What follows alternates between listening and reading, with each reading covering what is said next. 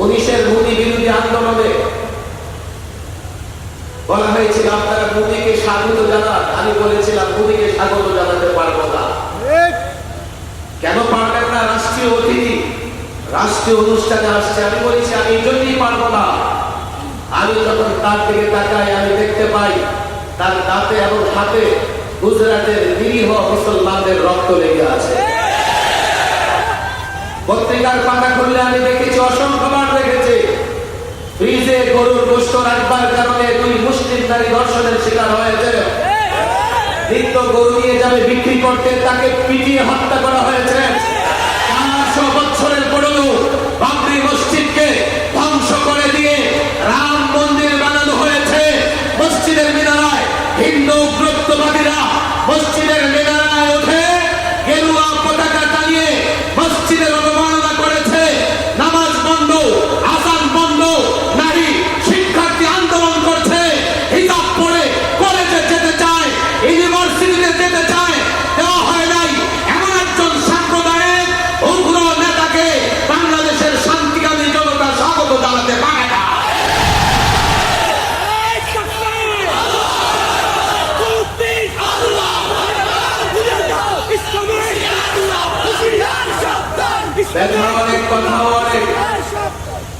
বিশেষ করে সর্বশেষ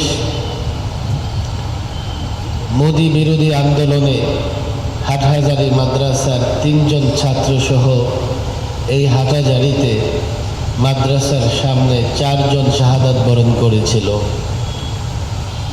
আজকে সর্বপ্রথম ওই শহীদদেরকে আমি স্মরণ করতে চাই, যারা দেশের জন্যে, ইসলামের জন্যে সর্বশেষ যে আন্দোলন হয়েছিল আওয়ামী ফ্যাসিস্ট সরকারের, আওয়ামী ফ্যাসিবাদীদের বিরুদ্ধে দেশের পক্ষে, ইসলামের পক্ষে, সে আন্দোলনে মোহাম্মদ রবিউল ইসলাম, মোহাম্মদ মিরাজুল ইসলাম, নাসরুল্লাহ এবং ওয়াহিদুল ইসলাম নামের 4 জন তরতাজা প্রাণ হাটহাজারী মাদ্রাসার সম্মুখে শাহাদাত বরণ করেছিলেন। মিরাজুল ইসলামের শাহাদাত এখনো আমাকে খুব নাড়া দেয়। গলায় গুলিবিদ্ধ হয়ে সে সেজদায় লুটে পড়েছিল। এই শহীদদের আমাদের স্মরণে রাখতেই হবে। তাদের ত্যাগ এবং তিতিক্ষা কুরবানি আমাদের জন্য পাথেয় হিসেবে কাজ করবে।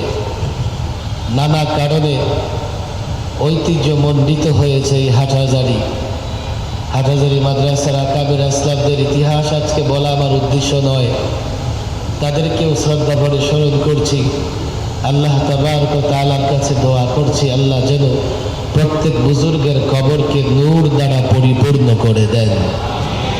পাশেই হাটহাজারী থানা সর্বশেষ মোদী বিরোধী আন্দোলনের পরে আমরা আলেম ওলামা, টুপি দাড়িওয়ালা, দিনদার, দিন প্রেমিক প্রায় 2600 গ্রেফতার হয়েছিল। বিশেষ করে হাটহাজারী অঞ্চলে যারা গ্রেফতার হয়েছিলেন তাদের উপরে সবচাইতে বেশি নির্যাতন এবং নিপীড়ন চালানো হয়েছে। আমি জানি না আপনারা ইতিহাস মনে রেখেছেন না ভুলে গেছেন। এখনো সাক্ষী হিসেবে ওই মাজলুম আলেমরা ঘুরে বেড়াচ্ছে আপনাদের মাঝে। আপনারা হয়তো তাদের দিকে দৃষ্টি দেবার সুযোগ পাচ্ছেন না। এই মজলুম আলেম, হাটহাজারী এলাকার অনেক মজলুম আলেমকে এতটাই টর্চার করা হয়েছিল, প্লাস দিয়ে তার একটা নখ টেনে টেনে উপড়ে ফেলা হয়েছিল, কারেন্টের শক দেওয়া হয়েছিল, রড দিয়ে, স্টাম্প দিয়ে একজনকে হাতে, পায়ে, হাঁটুতে নানা জায়গায় আঘাত করা হয়েছিল। তাদেরকে যে অমানবিক টর্চার, তাদের উপরে যে জুলুম করা হয়েছিল, আজকে এখান থেকে আমি তাদের প্রতি কৃতজ্ঞতা প্রকাশ করছি। কেননা তারা দেশ এবং ইসলামের জন্যে ত্যাগ তিতিক্ষা কুরবানি স্বীকার করে আমাদের জন্য পাথেয় রেখে দিয়েছেন, উৎসাহ উদ্দীপনার উদ্যোগী হবার মতো জায়গায় রেখে দিয়েছেন যে আর যাই হোক যত জুলুম আসুক না কেন দেশের পক্ষে, ইসলামের পক্ষে অবদান রাখতে হবে, ভূমিকা রাখতে হবে। জালেম ফেরাউন হোক আর নমরুদ হোক, তার সামনে মাথা নত করা যাবে না। কোরআনুল কারীমের পরিচিত একটা আয়াত আমি তেলাওয়াত করতেছি। বিস্তারিত ব্যাখ্যার জন্য অনেক সময় দরকার, আমি বিস্তারিত আলোচনা করব না। এই আয়াতে আল্লাহ তাবারক ওয়া তাআলা মুসলমানদের জন্য জিহাদের একটা বিধান দিয়েছেন। উযিনা লিল্লাযীনা ইউকাতিলুনা বিআন্নাহুম যুলিমু। কোন প্রেক্ষাপটে জিহাদের বিধান দিয়েছেন, কোন প্রেক্ষাপটে জিহাদের অনুমতি দিয়েছেন, ইতিহাস আমাদের কম বেশি সকলেরই জানা। মক্কাতে 13টি বৎসর মুসলমানরা এতটা নির্যাতন সহ্য করেছে, আজকের দিনে অনেক নির্যাতন হচ্ছে ওঠে, কিন্তু তৎকালীন সময়ে মুসলমানদের উপর যে নির্যাতন হয়েছে তা অনুভব করা যায় না, অনুধাবন করা যায় না, তাসাব্বুর করা যায় না। পৃথিবীর কোন ঐতিহাসিক তার ইতিহাস গ্রন্থে যথাযথ বর্ণনা করতে পারেনি, না পৃথিবীর কোন বক্তা তা যথাযথ বর্ণনা করতে পেরেছে। এক বেলাল হাবশির উপরে যে নির্যাতন হয়েছে, হযরত সুমাইয়ার উপরে যে নির্যাতন হয়েছে, কোন কলমের এই শক্তি নেই সে নির্যাতনের বর্ণনা দেবে। এতটা নির্যাতিত হয়েছিলেন মুসলমানেরা। রাসূল সাল্লাল্লাহু আলাইহি ওয়াসাল্লামের কাছে কেউ কেউ অনুমতি চেয়েছিলেন, যখন সংখ্যা বেড়েছে, যে আমাদেরকে অনুমতি দেন, আমরা তাদের বিরুদ্ধে লড়াই করব, তাদের বিরুদ্ধে জিহাদ করব। সর্বশেষ রাসূলুল্লাহ সাল্লাল্লাহু আলাইহি ওয়াসাল্লাম কাফেরদের জুলুম নির্যাতনে মক্কা ছেড়ে যেতে বাধ্য হলেন, মদিনায় গেলেন। আল্লাহ তাবারক ওয়া তাআলা জিহাদের বিধান দিলেন, জিহাদকে ফরজ করে দিলেন, জিহাদের অনুমতি দিলেন। এই প্রেক্ষাপট ছিল মূলত জালেমের বিরুদ্ধে মাজলুমদের একটা প্রতিকার, মূলত জালেমের বিরুদ্ধে মাজলুমদের প্রতিকার, মূলত জালেমদের বিরুদ্ধে মাজলুমের অধিকার আদায়ের একটা যুদ্ধ, যেটা আল্লাহ তাবারক ওয়া তাআলা এই প্রেক্ষাপট এই জন্যই বুঝতে হবে। আজকে পৃথিবীতে সবচাইতে মজলুম একটা শব্দ হচ্ছে জিহাদ। অমুসলিমরা যতটা এই জিহাদ শব্দের উপর জুলুম করতেছে, আমাদের মধ্যেও নানা শ্রেণীর লোক তৈরি হয়ে গেছে, যারা জিহাদ শব্দের ভুল ব্যাখ্যা দিয়ে কিংবা জিহাদকে জঙ্গিবাদ, সন্ত্রাসবাদ, উগ্রবাদ, সাম্প্রদায়িকতা নানা শব্দে জিহাদকে জর্জরিত করে এটিকে বিতর্কিত করবার চেষ্টা করা হয়েছে। আজকের এই প্রজন্মের আলেম ওলামাদের কাছে, সবার কাছে বিষয়গুলো স্পষ্ট। আমি লম্বা কোনো আলোচনাও করব না। এই যে জিহাদ শব্দটাকে নানা দেশে নানা ভাবে, বিশেষ করে পৃথিবীর পরাশক্তিগুলো এখন তো তারা একেবারে স্পষ্টই বলা শুরু করেছে জিহাদিস্ট। এতদিন তো সন্ত্রাসী জঙ্গি বলেছে, এখন সরাসরি জিহাদকে কুরুচিপূর্ণ বক্তব্যের মাধ্যমে পেশ করবার, উপস্থাপন করবার চেষ্টা করছে, জিহাদকে নিকুটুক্তি করছে। অথচ আল্লাহ তাবারক ওয়া তাআলা জিহাদের বিধান কেন দিয়েছেন? যাতে মজলুম জালেমের বিরুদ্ধে রুখে দাঁড়াতে পারে, যাতে মজলুম তার অধিকার আদায় করতে পারে, যাতে মজলুম তার সম্ভ্রম, তার ইজ্জত রক্ষা করতে পারে, যাতে মজলুম তার ধর্ম পালনের স্বাধীনতা পেয়ে যায়, যাতে মজলুম তার পরিবার পরিজন, তার রাষ্ট্রের, তার ভূমির নিরাপত্তা দিতে পারে। এই জন্যই তো আল্লাহ তাবারক ওয়া তাআলা জিহাদের বিধান দিয়েছেন। জিহাদের বাংলা যুদ্ধ, আজকে পৃথিবীতে এই যুদ্ধকে একটা যৌক্তিক জিনিস মনে করা হয়। শুধু যৌক্তিক নয়, পৃথিবীর প্রত্যেকটা দেশ যুদ্ধ করবার জন্য সেনাবাহিনী লালন করে এবং এই সামরিক খাতে সবচাইতে বেশি বরাদ্দ দেয়। তাই তো পৃথিবীর যে রাষ্ট্রের সামরিক বাহিনী যত মজবুত, তাদের অবস্থান তত দৃঢ়। আজকে যুদ্ধ করবার জন্য সমরাস্ত্র তৈরি করা হয়, অ্যাটম পাওয়ার থেকে রাসায়নিক, জৈব সহ নানা রকমের যুদ্ধাস্ত্র তৈরি করা হয়। এটাকে সম্মানের চোখে দেখা হয়। কতটা সম্মানের চোখে দেখা হয়? যার কাছে যত শক্তিশালী অস্ত্র আছে তার মাতাব্বরি তত এরিয়া জুড়ে চলতে থাকে। মানে যুদ্ধ। যুদ্ধ যদি যৌক্তিক হয়, জেহাদ যৌক্তিক কেন হবে না? যুদ্ধ যদি রাষ্ট্রের নিরাপত্তার জন্য হয়, জেহাদ কেন রাষ্ট্রের নিরাপত্তার জন্য হবে না? যুদ্ধ যদি করা হয় শান্তি শৃঙ্খলার জন্য, তো জেহাদ কেন শান্তি শৃঙ্খলার জন্য হবে না? যুদ্ধ করলে যদি বীরত্বের পুরস্কার দেওয়া হয়, তাহলে কেউ যদি জেহাদ করে মুজাহিদ হয়, তাকে কেন বীরত্বের বাহাদুরির পুরস্কার দেওয়া হবে না? যুদ্ধ করলে যদি বীর বিক্রম করা হয়, তাহলে কেউ যদি জেহাদ করে, কেউ যদি মুজাহিদ হয়, তাকে কেন বীর বিক্রমের উপাধি দেওয়া হবে না? যুদ্ধ এর আরবি শব্দ হইতো জেহাদ। তারা বলবে হুজুর ঠিক আছে, আপনারা সব পাবেন, পার্থক্য একটাই যে আপনারা জেহাদ না বলে যুদ্ধ বলেন। জেহাদ শব্দ ডিলেট করে দেন, যুদ্ধ শব্দ উচ্চারণ করেন, তাহলে আপনাদের আমাদের মধ্যে কোনো বিভেদ থাকবে না। আমি বললাম আমি জেহাদ শব্দ ডিলেট করতে পারবো না। তোমাদের যুদ্ধ আর ইসলামের জেহাদ এক নয়। রেকর্ড হচ্ছে এখন ওলামায়ে কেরামের সমর্থনে একটা অন্তর্বর্তীকালীন সরকার গঠিত হয়েছে। আমরা দীর্ঘদিন জুলুম সহ্য করেছি, টর্চার সহ্য করেছি, গালাগাল সহ্য করেছি। এই শব্দগুলো আমি এই জন্য উচ্চারণ করছি যাতে অন্তর্বর্তীকালীন সরকারের সঙ্গে যে যেখান থেকে জড়িত তারা যাতে আমাদের মনের ব্যথাটা বুঝে। গত 16 বছরে সবচাইতে বেশি জুলুম সহ্য করেছে ওলামায়ে কেরাম। আমি জুলুমের পরিসংখ্যান পেয়ে ঘন্টার পর ঘন্টা শেষ হয়ে যাবে। 2010-এ হেফাজতে ইসলাম গঠিত হবার পরে আল্লামা মাহমুদ শফির নেতৃত্বে লাল দিঘিতে একটা সমাবেশ ছিল। হাটাজারির ছাত্র শাইখুল ইসলাম আল্লামা মাহমুদ শফির নেতৃত্বে বের হয়ে বেশি দূর যেতে পারে নাই। আওয়ামী ফেসিবাদীরা ছাত্র এবং আলেমদের উপর গুলি করেছে।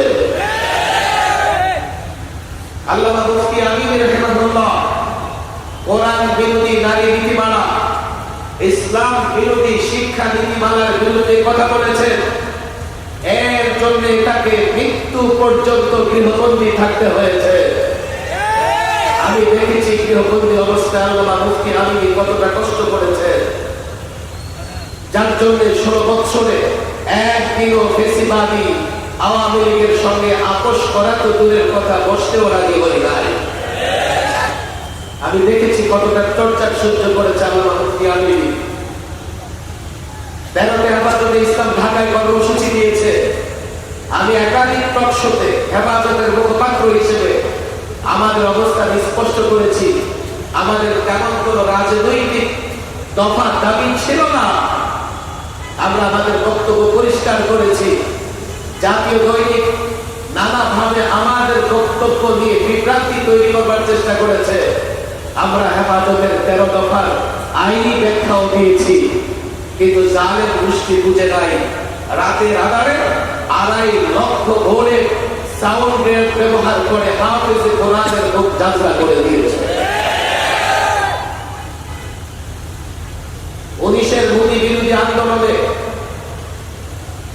বলা হয়েছিল আপনারা মোদীকে স্বাগত জানান। আমি বলেছিলাম মোদীকে স্বাগত জানাতে পারবো না। কেন পারবেন না? রাষ্ট্রীয় অতিথি রাষ্ট্রীয় অনুষ্ঠানে আসছে। আমি বলেছি আমি এই জন্যই পারবো না। আমি যখন তার দিকে তাকাই আমি দেখতে পাই তার দাঁতে এবং হাতে গুজরাটের নিরীহ মুসলমানদের রক্ত লেগে আছে। পত্রিকার পাতা খুললে আমি দেখেছি, অসংখ্যবার দেখেছি, ফ্রিজে গরুর গোশত রাখবার কারণে 2 মুসলিম নারী ধর্ষণের শিকার হয়েছে। নিত্য গরু নিয়ে যাবে বিক্রি করতে, তাকে পিটিয়ে হত্যা করা হয়েছে। 400 বছরের পরেও বাবরি মসজিদকে ধ্বংস করে দিয়ে রাম মন্দির বানানো হয়েছে। মসজিদের মিনারায় হিন্দু উগ্রবাদীরা মসজিদের মিনারায় উঠে গেরুয়া পতাকা টানিয়ে মসজিদের অবমাননা করেছে। নামাজ বন্ধ, আযান বন্ধ, নারী শিক্ষার্থী আন্দোলন করছে। হিজাব পরে কলেজে যেতে চায়, ইউনিভার্সিটিতে যেতে চায়, দেওয়া হয় নাই। এমন একজন সাম্প্রদায়িক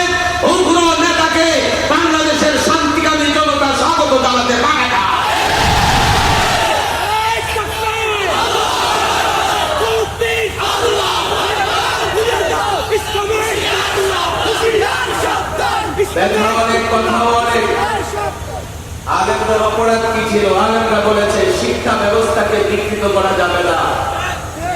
তোমরা কি করেছো? মুসলিম লেখকদের লেখা বাদ, এরপরে কি করেছো জানো? সাহাবীদের জীবনী বাদ, নবীদের জীবনী বাদ, পৌত্তলিকদের নানা লেখা নিয়ে এসছো, পৌত্তলিকদের সংস্কৃতি নিয়ে এসছো, তাতেও তোমরা শান্ত হও নাই। শেষ পর্যন্ত ডারউইনিজম নিয়ে এসে জাতির সন্তানদেরকে বানরের বাচ্চা বানানোর ষড়যন্ত্র করেছে। আমি পরিষ্কার বলেছি, আল্লাহ আমাদের সম্মানিত করেছেন, আমরা আদম সন্তান। তোমাদের জন্ম নর্দমায়, পার্কে, এখানে সেখানে, তোমরা তালাশ করে দেখো, তোমাদের জন্মের পেছনে বানরের অবদান আছে। এরপরে নিয়ে এসছে ট্রান্সজেন্ডার। মনে করে নারী পুরুষ হয়ে যায়, আর পুরুষ যদি মনে করে নারী সে নারী হয়ে যায়। কতটা গোবর ওদের মাথায়! আমি বলেছিলাম, এত গোবর তোমরা কেন জমা করে রেখেছো? আমাদের প্রতিবেশী রাষ্ট্রের লোকেরা গরুর পেশাব আর গোবরের আসে। তোমাদের সঙ্গে সম্পর্ক ভালো, স্বামী স্ত্রীর সম্পর্ক, তোমরা কিছু রপ্তানি করো, রপ্তানি করো। নারী পুরুষ, পুরুষ নারী, এটা মনের সঙ্গে কি সম্পর্ক? জন্মসূত্রে যে নারী সে নারী, জন্মসূত্রে যে পুরুষ সে পুরুষ। কতটা পশ্চিমা সংস্কৃতি তাদের উপরে প্রভাব ফেলেছিল। একজন প্রধানমন্ত্রী হয়ে, যদিও অবৈধ, বলছে কাদিয়ানি মুসলিম অমুসলিম আমরা কি করে জানি? আল্লাহ জানে। পত্রিকায় এসছে তাদের বক্তব্য, টেলিভিশন মিডিয়ায় বক্তব্য প্রচার করেছে। তার বলে এক সিনিয়র নেতা, নামটা বলে দেই, মালউন, আল্লাহ আল্লাহ ভালো জানে তাদের সঙ্গে তিনি কি আচরণ করবেন। টেলিভিশন টক শোতে আমাকে গালাগালি করে, মৌলবাদী সাম্প্রদায়িক এগুলো বলে বলে আপনারা শুধু ঝামেলা করেন, কে মুসলমান আর কে অমুসলমান তো আল্লাহ জানে। আমি বললাম, মন্ত্রী সাহেব, আপনি কাল মারা গেলে আপনাকে কোথায় নিয়ে যাব? কবরস্থানে না শ্মশানে?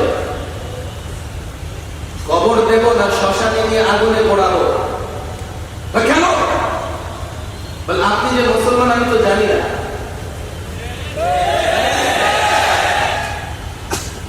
তাহলে আপনাকে আমি কোথায় নিয়ে যাব? না বাস ব্যবহার করে কোন চৌরাস্তায় দাঁড় করিয়ে রাখবো?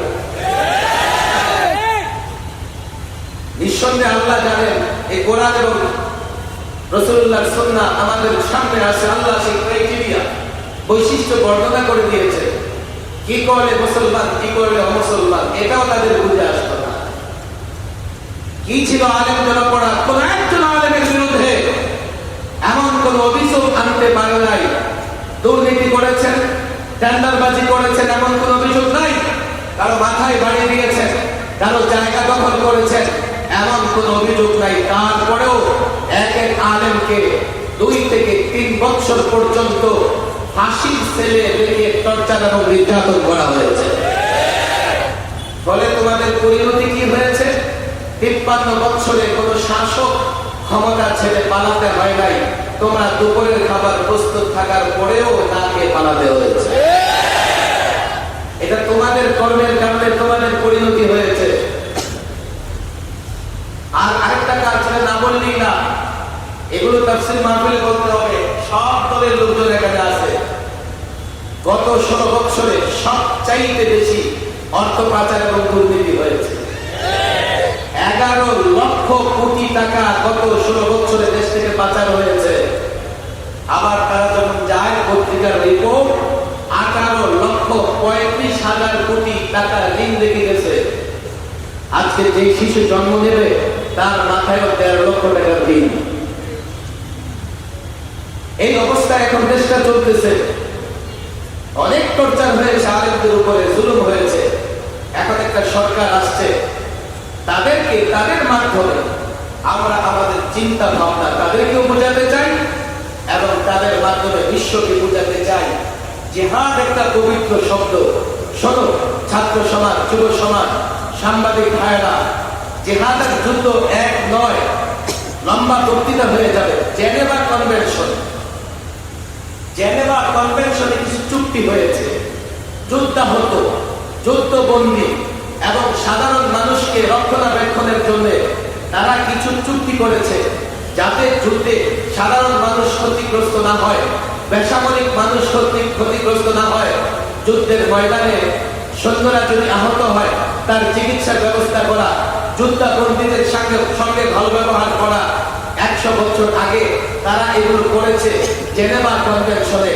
আর বাস্তবতা হচ্ছে এই পশ্চিমারা যত যুদ্ধ করছে, এই যুদ্ধে আপনি রাশিয়া ইউক্রেনের যুদ্ধ দেখেন, ইউক্রেনের হাজারো বাড়ি ঘর, মেল ফ্যাক্টরি, ইন্ডাস্ট্রি, হাজারো বেসামরিক লোককে হত্যা করা হয়েছে। সেটা তো ইসলাম আর মুসলমানদের বিরুদ্ধে যুদ্ধ নয়, সেখানেও তারা তাই করেছে। আর যদি ইসলাম মুসলমানদের বিরুদ্ধে তারা যে যুদ্ধগুলো করছে, সিরিয়া, ইরাক, এরপরে লেবানন, ফিলিস্তিন, এই পর্যন্ত ফিলিস্তিনে হাজার হাজার শিশুকে হত্যা করেছে, নারীকে হত্যা করেছে। এমনকি গাজাতে এখন আর মাইকে আজানের আওয়াজ দেশে আসে না, প্রত্যেকটা মসজিদকে তারা ধ্বংস করেছে। তাদের যুদ্ধের শেষ কি? নারী ধর্ষণ করো। তাদের যুদ্ধের শেষ কি? নির্মম হত্যাযজ্ঞ চালাও। তাদের যুদ্ধের শেষ কি? হত্যাযজ্ঞ চালাও, বাড়িঘর ধ্বংস করো, সব তস্তস করে ফেলো। এটা তাদের যুদ্ধ, এটা তাদের ওয়ার। আর ইসলামের জিহাদ দেখো, ইসলামের জিহাদের বিধান দেখো, বদর থেকে নিয়ে খায়বর পর্যন্ত হাজার বছরের ইতিহাস দেখো। মুসলমান যুদ্ধ করেছে, সেটা পবিত্র ছিল, সেটাকে আমরা জিহাদ বলি। জিহাদ, জিহাদের মূলনীতি, রাসূলুল্লাহর নির্দেশনা একটা করে লক্ষ্য করো, তার বাস্তবায়ন দেখো। বেসামরিক লোক, নারী, শিশুদের উপরে মুজাহিদরা আজ পর্যন্ত আক্রমণ করেছে, প্রমাণ দেখাতে পারবে না। হচ্ছে সন্ত্রাস দমন করে শান্তি প্রতিষ্ঠার জন্য। আর তোমাদের যুদ্ধ হচ্ছে সাম্রাজ্যবাদীদের যুদ্ধ, হচ্ছে সাম্রাজ্য বিস্তার করা আর মানুষকে গোলামের জিঞ্জিরে আবদ্ধ করা। কথা ঠিক তবে জিহাদ আর যুদ্ধ এক জিনিস নয়। ইসলামের প্রত্যেকটা জিনিস সুন্দর, আলহামদুলিল্লাহ। জিহাদের বিধিবিধানও সুন্দর। বলবেন হুজুর জিহাদের নামে তো সন্ত্রাস হচ্ছে, চলেন জিহাদ শব্দ বাদ দিয়ে দেন। আমি বলবো গণতন্ত্রের নামে পৃথিবীতে অনেক স্বৈরতন্ত্র হয়েছে। কথা ঠিক তবে ঠিক। তোমরা তো গণতন্ত্রে বাদ দিতে পারো না। বিশেষ করে আমরা দেখেছি গত 16 বছরে এই ফ্যাসিস্ট সরকার গণতন্ত্রের নামে স্বৈর শাসন প্রতিষ্ঠা করেছে। তোমরা এখনো গণতন্ত্রের নাম নিতে পারো? আমি বলি না এই কথা যে কেউ পশ্চিমা ইহুদি, যেমন আইএস বাংলাদেশের জেএমবি কে তৈরি করেছে ভারত, আইএস কে তৈরি করেছে ইহুদি।